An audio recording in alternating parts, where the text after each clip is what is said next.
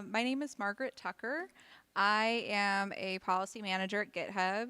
And I guess I should start by thanking you all for being here at 5 p.m. on a Friday. It's really rainy. Yeah, thanks all for sitting in.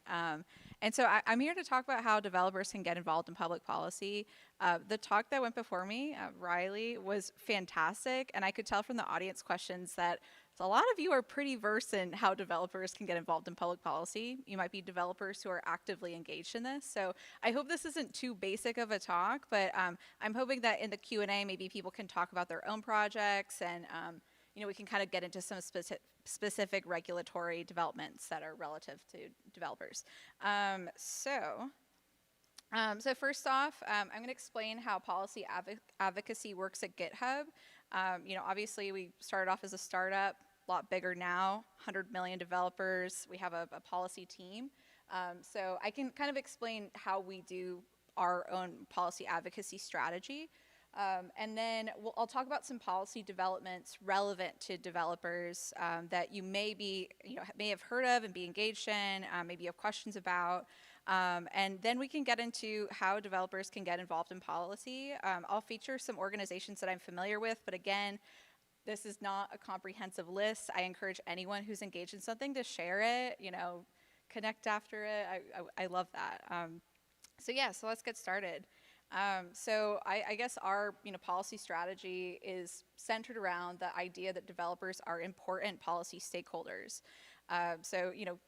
GitHub was acquired by Microsoft because we have a huge amount of developers who have really important interests, and it's important for us to protect developer interests, maintain developer trust. And so our policy advocacy is both internal, making sure that what we're doing at our company aligns with developer interests, listening to developers and trying to, when we mess up, working from there.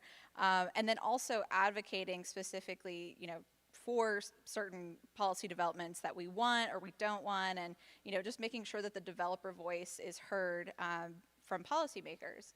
And I should say, honestly, I think that we are one of the kind of largest developer voices in policy debates, just because we're a large and resourced company and we are able to meet with policymakers.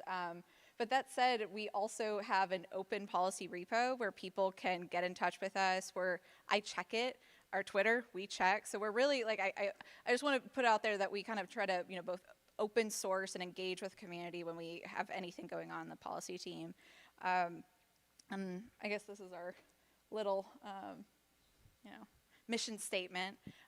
One thing I should say is our director of policy, Mike Linksfair, he's a developer. He was really involved in Creative Commons and is an active Wikipedian. I'm not a developer, but I am a geographer by trade, by education, and have worked in OpenStreetMap and Wikipedia. I came over from GitHub from the Office of Science and Technology Policy. Really weird year because it was 2020, it was pandemic, and then the election transition. It was a really weird time to be in science and technology policy. And I've also worked for Slate. So we have a really big mix in the room on our team. We also have a staff software engineer. That's kind of a funny story, and I will get into why we now have a software engineer. Part of the reason you might have heard of a thing called YouTube DL. Anybody? We'll get into that. Yeah, thanks. Let's get started. So there is really notable increasing policymaker interest in AI, ever heard of it, open source security, and platform liability.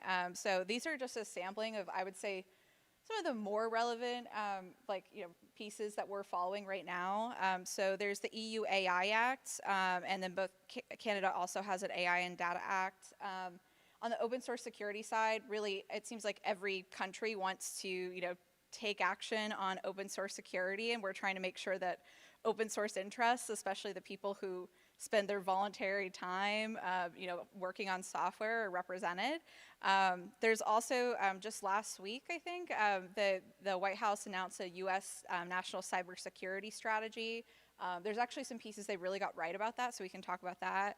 And then there was the Securing Open Source Act of 2022. That was introduced last year, but it probably will be reintroduced. So look forward to that. And then on the platform liability side, there was the U.S. Supreme Court. I'm sorry, the weeks are kind of blurry with all of this, but the end of February, they heard oral arguments in the Gonzalez v. Google case. It's the first time that Section 230 of the Communications Decency Act has come before the Supreme Court. I don't know if you've all heard the Jeff Kossip phrase, the 26 words that created the internet. Is that familiar? Or maybe have you heard the kind of the rumor that Al Gore says he created the internet? Anyone heard that? Well, he took a part in drafting the legislation that did enable the internet to come about. Platform liability is a big piece of that. I work a lot on platform liability, and while GitHub is not the most, typically these things are taking aim at social media. GitHub is a platform. Platforms that are way smaller than us are also impacted by platform liability legislation.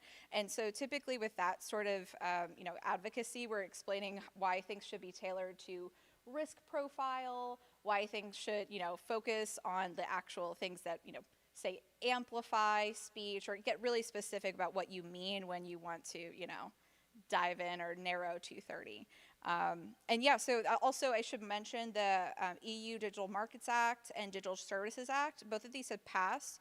And one thing to note about these, I was listening in on some hearings last week at the Senate Judiciary Committee, and they were talking about, oh man, the EU passed the Digital Markets Act. Why can't we pass more antitrust? Oh man, the EU's passed the Digital Services Act. Why can't we, have anything going on in the U.S. side? So I'm definitely noticing a current of, U.S. policymakers looking to the EU and saying, hey, they can do it. Why can't we? So I think that also is kind of a general trend, and we'll see how that is. And also, again, I'm sure all of you are very familiar with this legislation or not, but would love comments on any of those developments. So I'd say that one of the pieces of kind of policy advocacy that I think GitHub has done the most for, and I'm really proud of, is how we've advocated for code collaboration on the copyright side. Are any of you familiar with the EU copyright directive? No one? Okay, well I can tell you that story then. So this was in, I think 2019, it was before my time at GitHub, but the EU introduced this, the copyright directive that would have introduced filtering. And obviously that's really concerning when it comes to open source code. Obviously code could be flagged, it could, create a lot of issues in the software supply chain. And so we were able to, get developers to provide comments and why mandatory filters wouldn't make sense on code collaboration and further work. And we were able to gain an exemption for open source and code collaboration.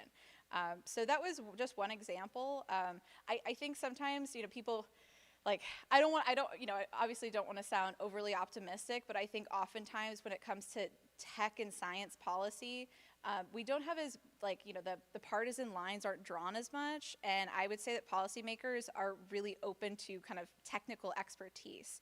And when it comes to developers explaining, hey, you don't know how this works, but this is how this development would impact me, is really important. Also, again, on the liability side, smaller companies, organizations, independent developers, all of those people, you might not have the resources to advocate for yourself because you're busy doing your work, but policymakers do want to hear from you. So I'll get into some kind of ways that channels where if you have a comment, you can provide that and let people whose job it is to amplify it say something. But yeah, so a couple other updates on the copyright side. So the technical measures, filters, all of that has been kind of a big push. So we also participated in copyright consultations with the U.S. Copyright Office this past year. We'll see what happens from there. These were kind of in relation to the Smart Copyright Act, and it hasn't moved in a while, so we'll see. But there is a lot of push in this kind of idea that more of the internet should be scanned and filtered, and we're trying to explain why it makes no sense for that to be applied to code for a host of reasons that I'm sure you're familiar with. And then this last one is just pointing out, we filed an amicus brief recently with the Ute case. So this relates to YouTube DL. We have a blog post on it. GitHub has a blog, and we have a policy section. I encourage you to read it. Our staff software engineer, Kevin Chu, was very involved in that. And I guess I could explain YouTube DL a little bit. So, when YouTube DL was subject to a DMCA takedown, we didn't have the kind of expertise to review these claims. And so it did get taken down, and it caused a lot of, like downstream impacts. And that's the thing with open source code, is it's used in, it's like 97% of code bases. And so one takedown can have really massive unintended consequences. And so after that happened, and after we kind of changed our policies in response to that, we brought on a staff software engineer to review our DMCA claims. So kind of have that understanding. He's also a lawyer. He's really awesome. I wish he was here, but he's not. Yeah, so we can move on to this next one. Have any of you heard of the EU Cyber Resilience Act? Does that come up? Okay, this is a big one, and it's new, but it is a bit concerning. So the EU introduced this proposal for a Cyber Resilience Act, and that was starting, I think, in May or so. There was an initial consultation, and it's really focused on kind of the single market of digital products, and trying to assign responsibility for cybersecurity of those products. Now this one is it's a complicated one, and I have to be honest with you, I'm not personally as engaged with it. This one has gone to my boss, Mike Linksfair, because it's a very complicated one, and we're really trying to get the open source community more informed about it. So I encourage you, this one, we're trying to get more of an explainer and more information out.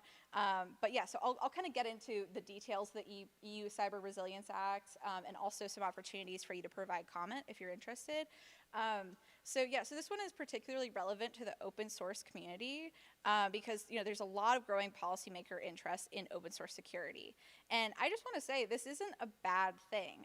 The open source community needs policymakers to champion open source as a driver of innovation. And also, frankly, the open source community needs policymakers to play a supportive role in securing open source. So there's a lot of, open source, we need to do this, but it's like, okay, let's provide resources, let's provide support, let's, take some of the responsibility onto the, end users of this, or not the end users, the people who supply products that are used by end users. So in the case of the EU Cyber Resilience Act, we've been engaged in the consultation process, providing recommendations on how to improve the proposal. So it reflects the realities of software development, especially the open source ecosystem. So some of the comments that we provided and have pushed is that open source software is made available for anyone to benefit from, always with disclaimers of warranty and liability. And developers work hard to make secure code and should be supported in doing so, but it has to be businesses that integrate open source into their products who are ultimately responsible for the security of their products. And this, again, a lot of things in the tech world boils down to liability. So if there is a vulnerability, whose responsibility is it to patch it? And we're trying to emphasize that the largest, most resource organizations should have, that's where the responsibility should lie. And so, public policy can either break the economic model of, contributing to open source, or it can incentivize it. So it can incentivize businesses building products to support developers and contribute upstream. So, carrots and sticks, like what do we want? And I think some concerns we've had with the CRA is there's a lot of sticks, but there's not enough carrots. So that's kind of a concern. One development that we think has gotten a lot right is the U.S. cybersecurity strategy.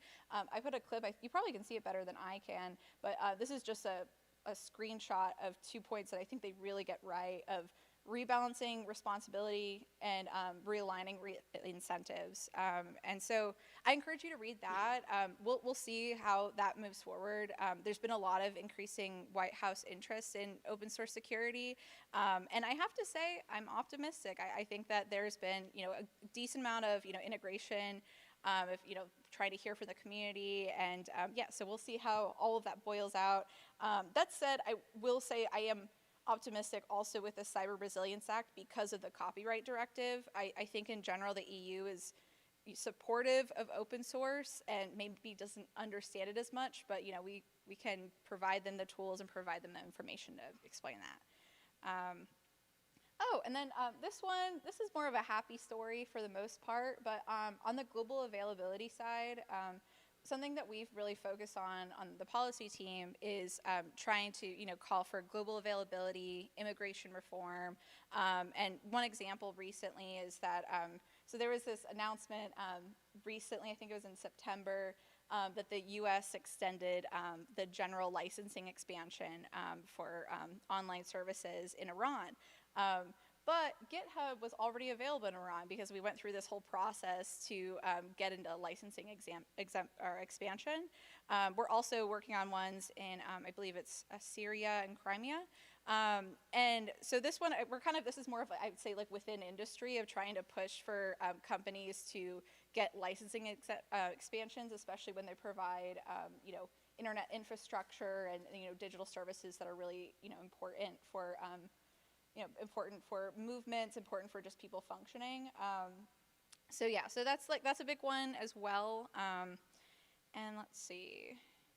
Okay, so I guess we're moving into the third part of this talk, which is how can developers get involved in public policy? So there's a lot of issues, a lot of things that are specific to developers and specific to developer interests.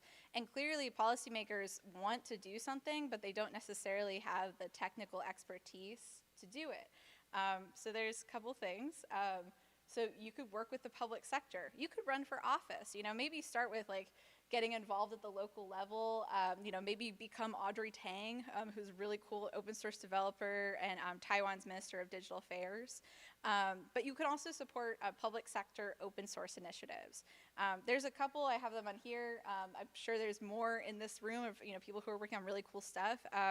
But yeah, there's fellowships, hackathons, public service, public-private partnerships. If you care about the direction of tech policy, if you want to see, something move, then be the change, get involved, use your skills to make a difference. A really cool example, I apologize, I realize this text is way too small to see, but in the right corner, the Sovereign Tech Fund, that was a really cool advancement that we've seen. It's the German Sovereign Tech Fund, and it is funding, it's not just for security, but it's funding that's been put in place by the German government to secure open source, and it's really exciting. We want to see more of that. Even, for like, I would say, smaller package registries, there's like a lot of, more kind of like, I would say community-based like efforts that, should be funded. So yeah, a couple other examples, Code for America, US Digital Corps. Tech Congress is really cool. That one is a fellowship on the Hill that is specifically for technologists. So there's a lot of examples. Obviously I think that, we kind of get focused on our own careers, but you can kind of think of, what are my skills, like how can they contribute to like what I want to see in the world, and think about that. So yeah, lots of different ways to get involved. One that I'm particularly passionate about, and I'm sure that a lot of you are involved, oh gosh, organizationa, ignore that. But I encourage people to participate in ecosystem stewardship. These are just a couple examples of, how many open source organizations are, creating their own governance, trying to figure things out. And then also with that, it's not just, stewardship of your own ecosystem, but also advocating. So, organizing and advocating for what you want to see. So just a couple examples. I did a lot with the OpenStreetMap when I was starting out, and they have a really interesting organizing body, so that's really cool. Open Forum Europe is they are very organized, and frankly, I would love to see something like that in the US and more across the world. They're pretty cool, and I have Linux Foundation on there, but OpenSSF is a huge one. But yeah, these are just a small example of organizations. And yeah, even if it's like, say like, contributing more on like the maintainer side. Just I think that sometimes we just consume things and we don't necessarily, maybe you guys don't, you're at in this conference, so you probably are much more involved in the governance of open source, but I think encouraging people to see themselves less as a consumer of open source and more of a contributor and maintainer of the broader ecosystem is really important. And so I'm almost through. Another one is, being a policy champion at your organization. So, even if you're, say, like not in a policy role, frankly, I think that sometimes people who aren't in policy roles have much better, feedback. They can point out things. I have really interesting talks with all of the, staff engineers at GitHub. So, share how policies impact you and encourage organizations to take a stand. It could be on, things about tech, and it also could be, on like, other political issues. Sometimes I think that people see, if it's an organization or a corporation, there's a little bit of cynicism when they take a stand, but it does matter, especially the people within the organization. So don't think that, people aren't listening. And then also, encourage open source within your organization, contribute to the advancement and stewardship of the open source community. You can say you work at a company and you can say, hey, can I spend Fridays working on open source projects? Something like that, think about how you can bring open source into your organization and also, lead it. And then finally, offer your skills for public good. This is a big one. So, you can advance causes that matter to you, volunteer, skills-based volunteering. I'm sure there's a lot of really interesting projects that you can get involved in. GitHub is a social impact website that highlights those, but also there's so many others. And even something that's not related to tech, like I'd say that, most things have a need for engineering and, like development capabilities. And then finally, get in touch with us. I say this honestly, I run the GitHub policy repo. You can get in touch there. Like we read the, there's spam sometimes, but for the most part, we do read things. And I do encourage people to get in touch. If you have thoughts, we also have an email, but the repo is really the best way. I guess if you're interested in specifically like changes at GitHub, we also have a 30-day notice and comment period when we're making changes to our site policy. And I do think it's a cool thing. I wish that more companies did that. And we do, even with those changes, we do try to internalize them and provide people with, explanation for why we're keeping something or why we're changing something in response to feedback. You can follow our Twitter, as long as Twitter exists, sorry. And it's, at GitHub Policy. You can also read our blog. Most of our Twitter, to be honest, is just articles from our blog. And we do a lot of, I would say, kind of like explainers. And then, when we say like participate in an amicus brief or attend like a consultation or something, we explain like what we did, what we said, like how we're showing up for developers there. And then also, just share how policy impacts you in any way. And that's both, within GitHub and not.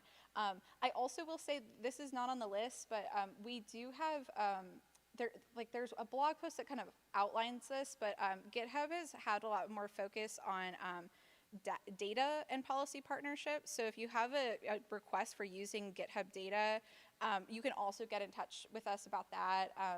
There's a blog post. We mainly work with, like academic organizations, but we're trying to provide more. An exciting thing was on the OECD like innovation index, contributions on GitHub are now used as like kind of a innovation index like signifier. So I think that's cool. So I guess I think it's just Q&A now. So, I get it's 5 p.m. Friday. If you guys want to go, no worries. But, if you have any questions about some of the policy developments I got into, anything that you want to promote, like, well, not anything, but anything related to policy that you would like to share, I encourage that. And so I have this mic, so if you want to say something, you'll say it, and then I will repeat the question and then answer it. Any questions or comments? The blue hat? Oh, yeah. Yeah. I think, I'm trying to recall, there was an incident maybe a year or two ago where I believe an author of a code base that was an actual dependency of Vue.js actually injected code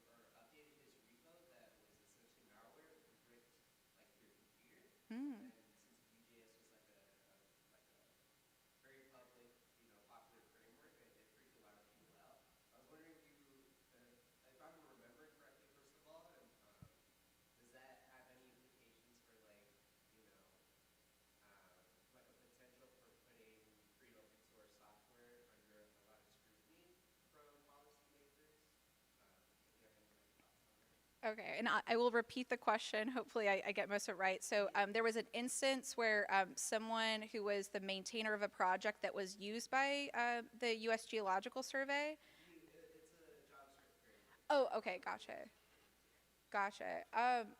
To be honest, I don't know of that specific incident. I encourage you to share in our policy repo so I can educate myself. But I know that, yeah, like malware is a big one.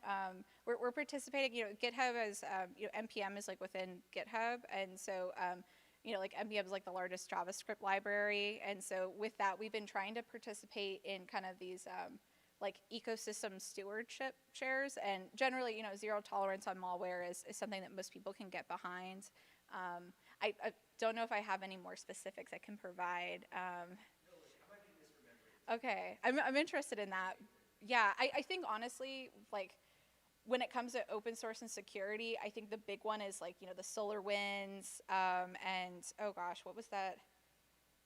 Uh, Log4j, or is it Shell4j?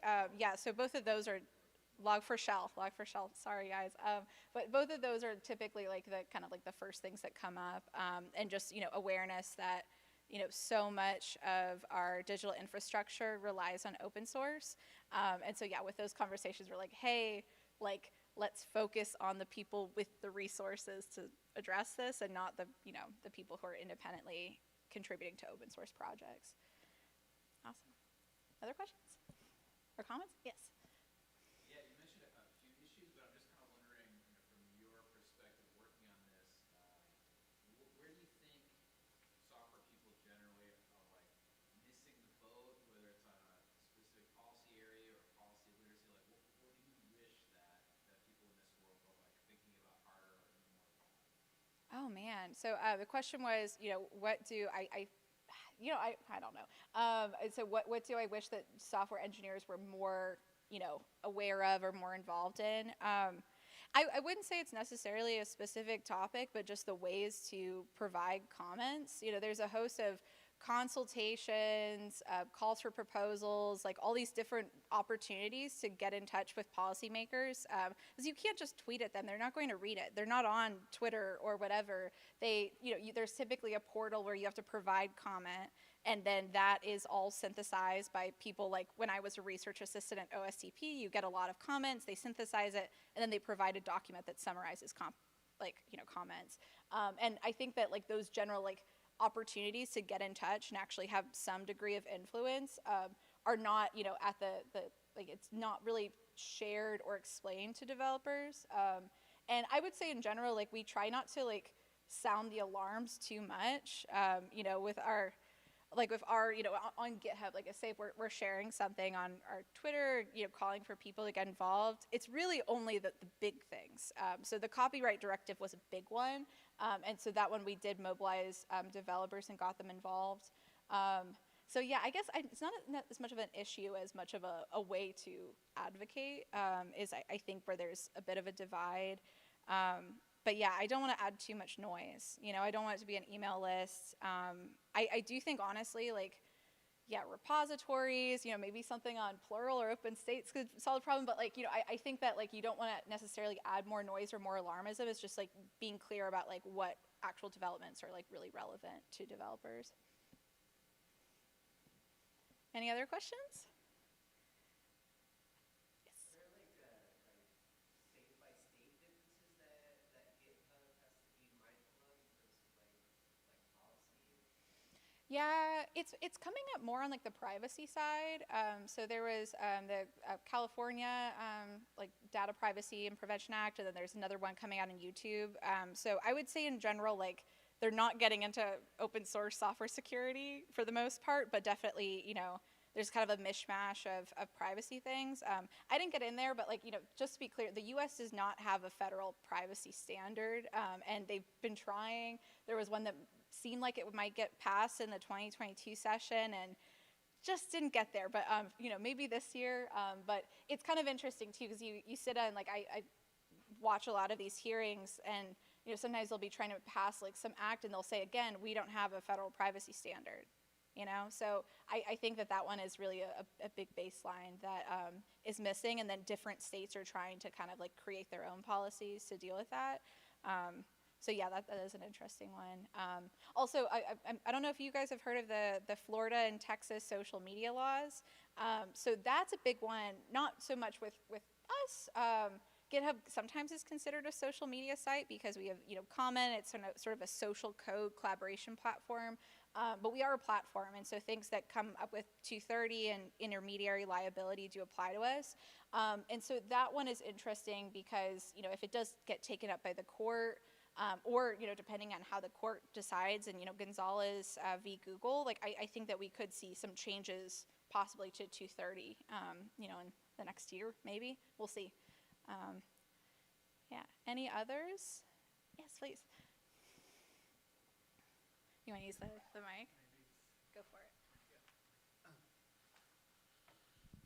Thank you. Yeah, I guess we all know that GitHub is probably the biggest repository of open source code, and the go-to when people think about where to search or contribute. I just wanted to know what is your how do you look at open source from your side as a platform and also owned by Microsoft, a big cloud provider, with regards to contributions of big companies, specifically platforms and cloud providers, back to open source projects. There are some famous cases about Elasticsearch and AWS, for example, with the cannibalization of open source project by, in this specific project view, Elasticsearch, cannibalization of open source project by cloud providers. Yeah, I just want to see what's your opinion. That's a really good question. I don't know if I have, I'm not as well versed on the side of, cloud providers. I'm familiar with, there's a big push for, developers moving to the cloud. And I know in general, when it comes to cloud adoption, developers are kind of, I wouldn't say lagging behind. I'm sure there's really valid reasons why they don't want to move to the cloud, but that is kind of a, kind of an informational thing. And so I think with that, I don't have as specific of an answer, but I know that like the cloud push in general is generally, kind of saying like, look, people, if using like, cloud tools, like Azure DevOps, for example, that can allow people to, it's like, what's the phrase? Like, scale, build from anywhere. Like, I think there is that kind of like the capacity argument. And that's really like where the push is for open source is, this can open up your capacity. But again, that's a really good question, but yeah, I just don't have the best answer for it. I apologize, but thank you. Any other questions? Yes.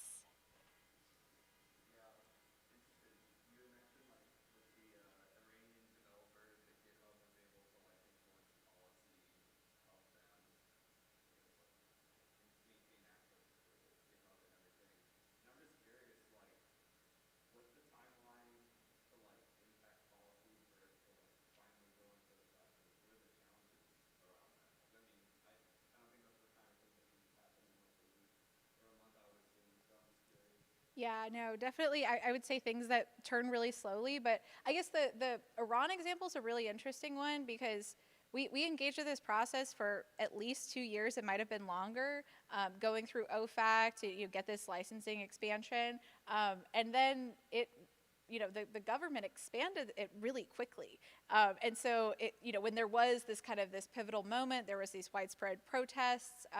And so then it was, sudden expansion. So I don't know. I think it definitely seems like, if you can make the case of why it benefits a government's interests to turn that key to open something up, then sometimes things can move really quickly.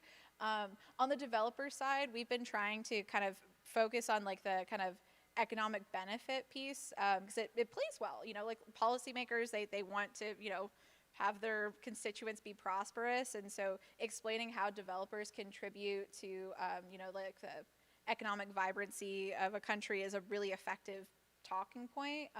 And there's not too much on it. So like the GitHub contributions is like one piece that we've been trying to get, but we're trying to get a lot more data and, just like more research on how developers contribute to US GDP and like more broadly. So yeah, I guess the answer is it's slow, but sometimes it's really fast, and it kind of depends on how much they care. And there's some ways you can emphasize that. Awesome. Any others? Yes.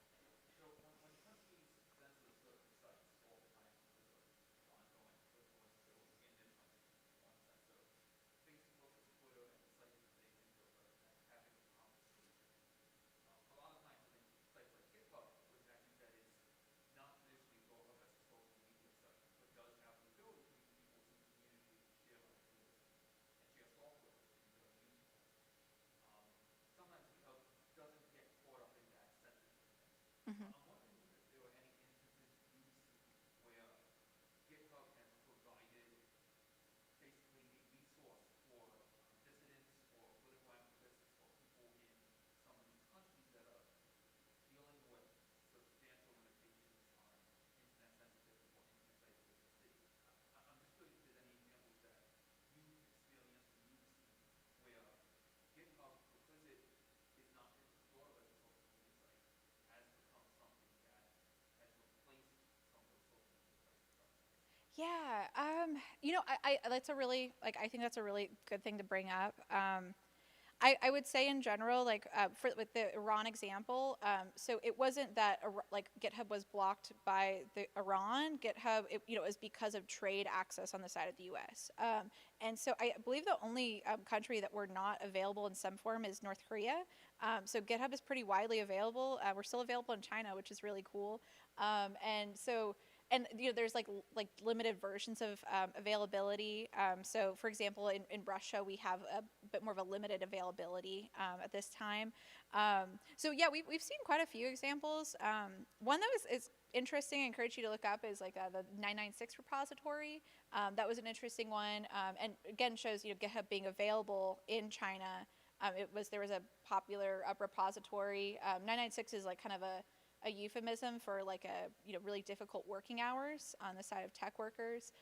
So that was an interesting one. Unfortunately, it was taken down, and we don't really know why.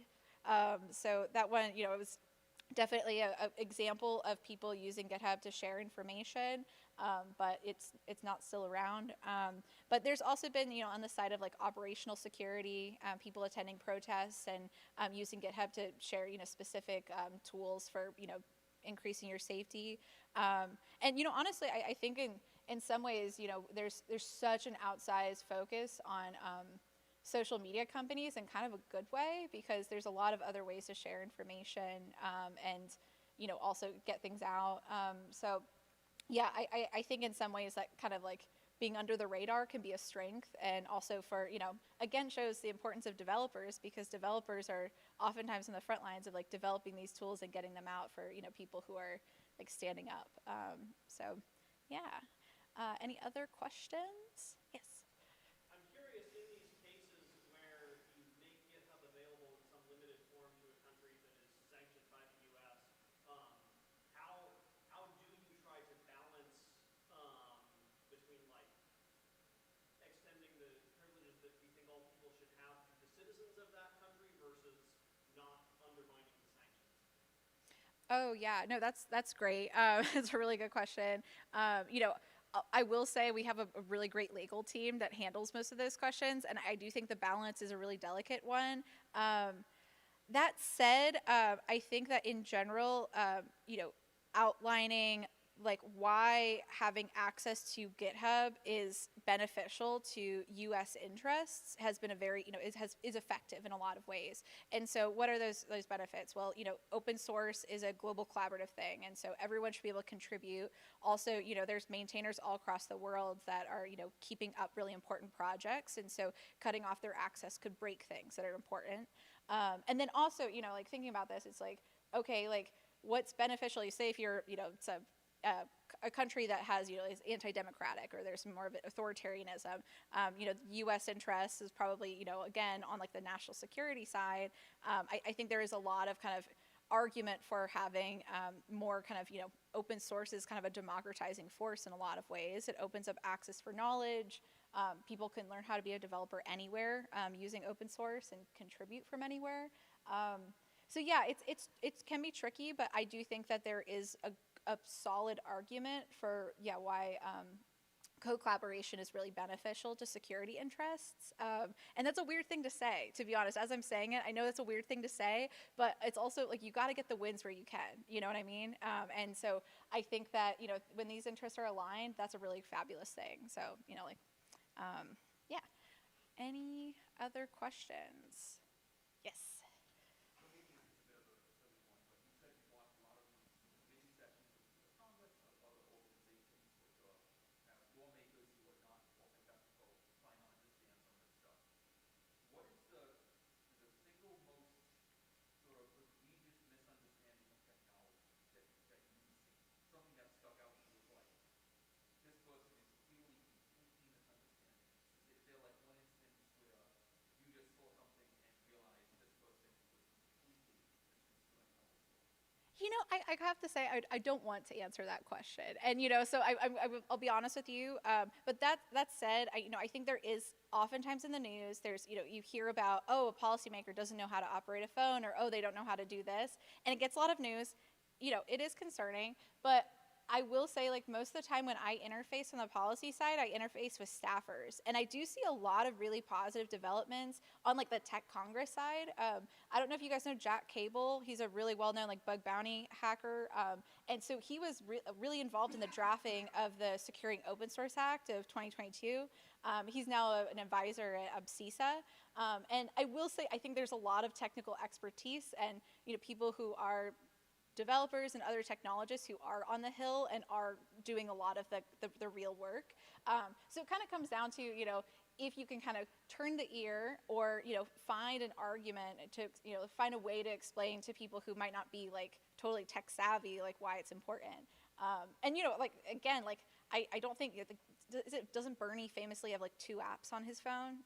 You know what I mean? Like they're a lot of like, policymakers are older and they don't use things. I'm not super technically versed myself. I'm kind of a Luddite in some ways, but you can definitely make the argument in other ways, even if people don't have they're not coding themselves. All right, any more questions? Yes, in the back. You gotta be loud though. You're so far away.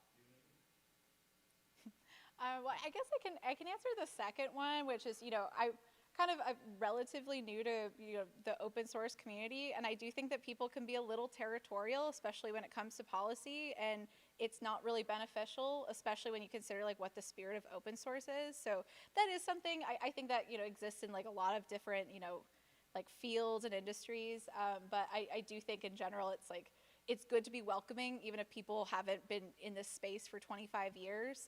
And also, the old heads, like they have a lot to offer. And it's really cool to interact with people who are around like when the internet was coming up and they have just been through so much.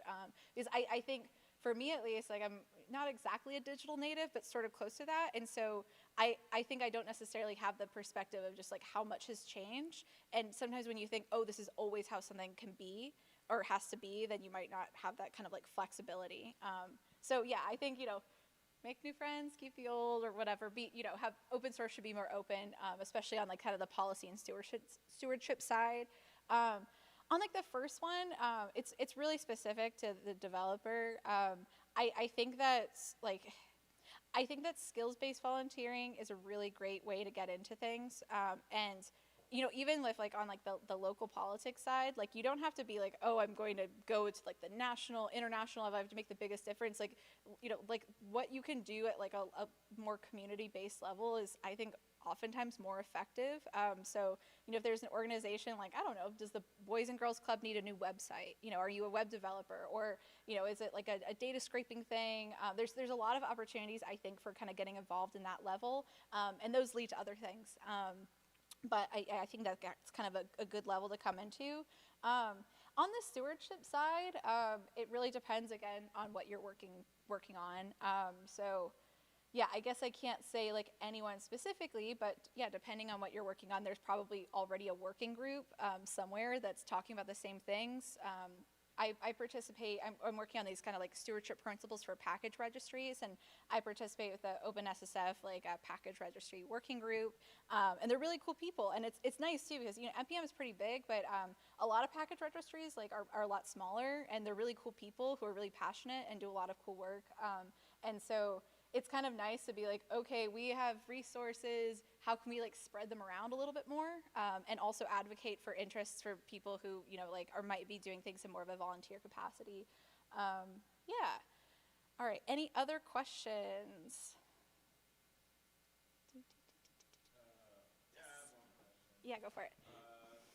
Are you local? Like, you do like educational seminars in the Southern California area? I do not do educational seminars in the Southern California area. So yeah, I work with GitHub. I do live in LA, which is why other than most of the people I work with live in San Francisco or DC. And yeah, I live in LA, but yeah, I don't do seminars.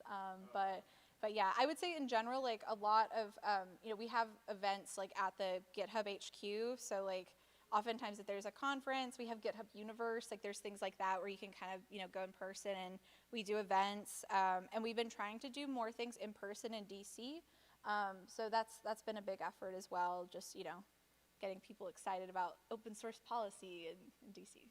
So it's GitHub University. The events are, any of the educational events is at the GitHub HQ, which is where? Sorry. In San Francisco. Yeah, yeah. Soma.